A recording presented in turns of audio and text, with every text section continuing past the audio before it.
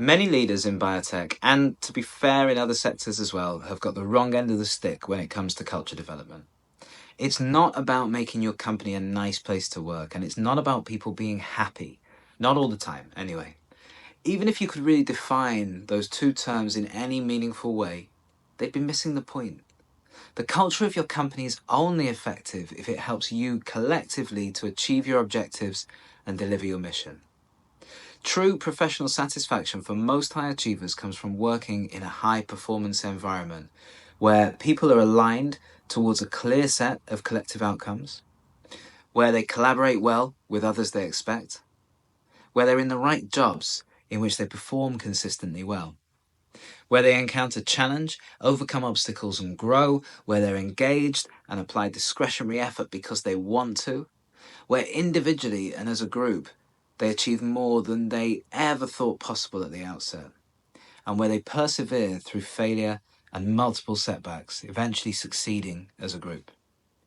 And none of this has anything to do with nice or happy.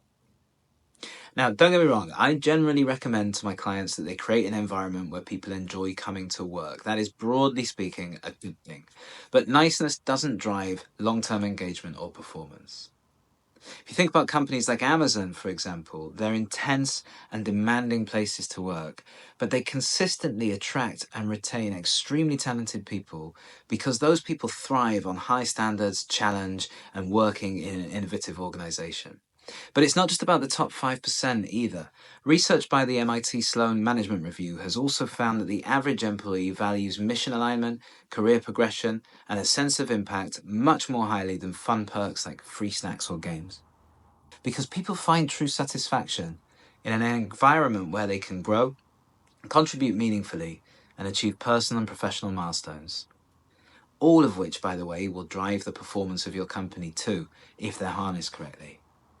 The people who worked with Steve Jobs on the development of the original Macintosh all talk about the intense pressure he created, but they still refer to that period as the most rewarding of their careers because of the shared sense of purpose and achievement. So if it's not about being nice and happy, well then what is culture development for? The culture you create is a key strategic tool you can use to realize your mission and objectives. And there are 4 things you should pay attention to as a foundation for a high-performance culture.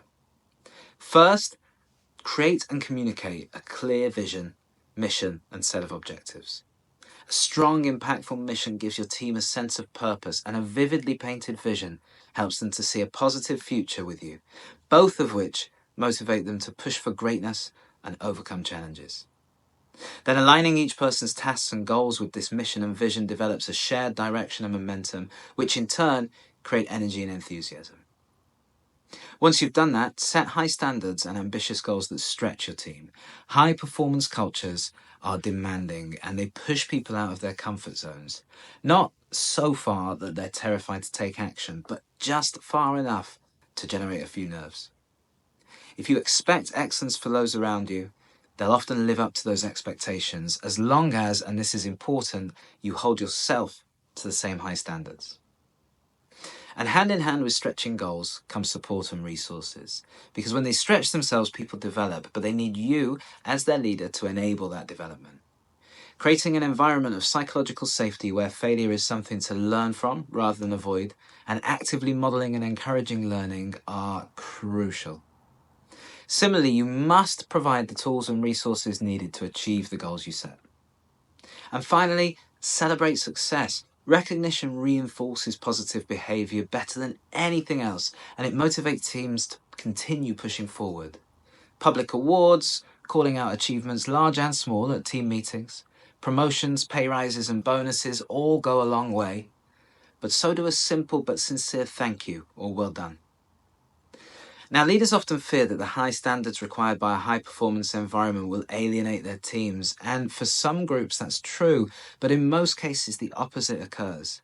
Employees thrive in environments that simultaneously challenge and support them.